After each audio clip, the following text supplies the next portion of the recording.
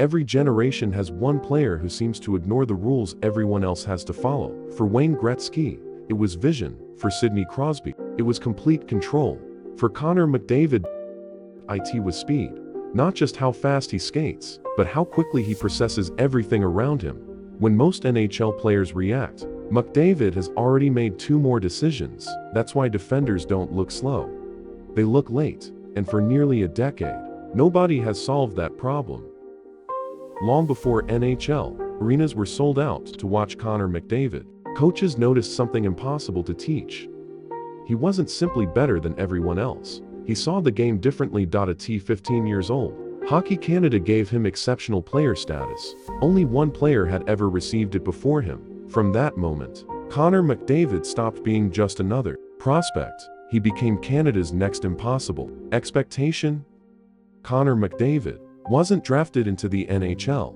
He was drafted into history. Canada had already lived through Gretzky, then Crosby. Now, every headline asked the same question: could this kid really be the next one? The comparisons began years before his first NHL shift, and they never stopped.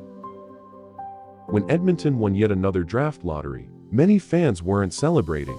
They were furious. The Oilers had already collected first overall picks for years. Now the greatest prospect since Sidney Crosby was joining them too. Some called it luck. Others called the lottery broken. Connor McDavid hadn't played a single NHL game. Yet somehow, he had already become hockey's biggest story. Just 28 games into his rookie season, everything stopped. One awkward collision, a broken collarbone. Months of recovery. For most players, it would have been devastating. For Connor McDavid, became the first time he had to learn something speed could never solve. Patience.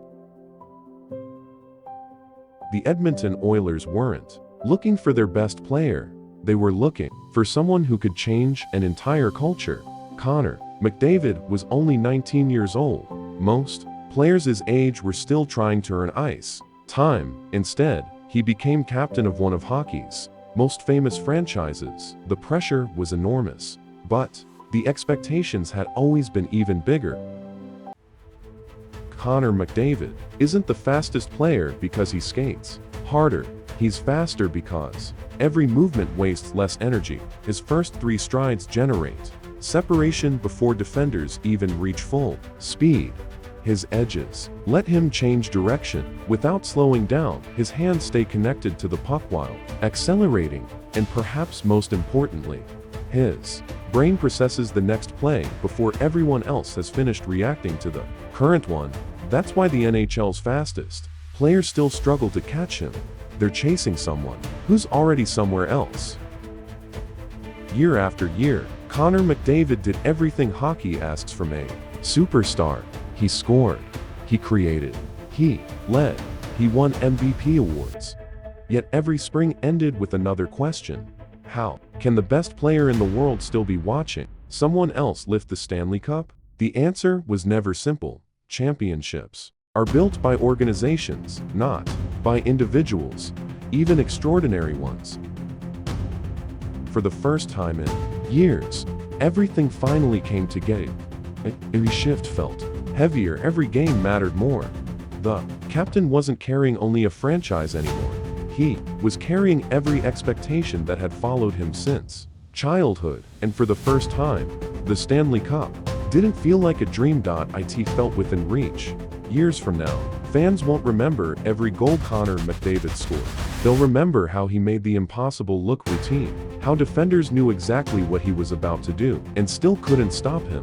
Whether he finishes with 1 Stanley Cup or several, whether he ever catches the records that seem unreachable, one thing is already certain: Connor McDavid didn't just become the fastest player of his generation. He changed the way hockey is played. And sometimes, changing the game is an even greater legacy than winning it.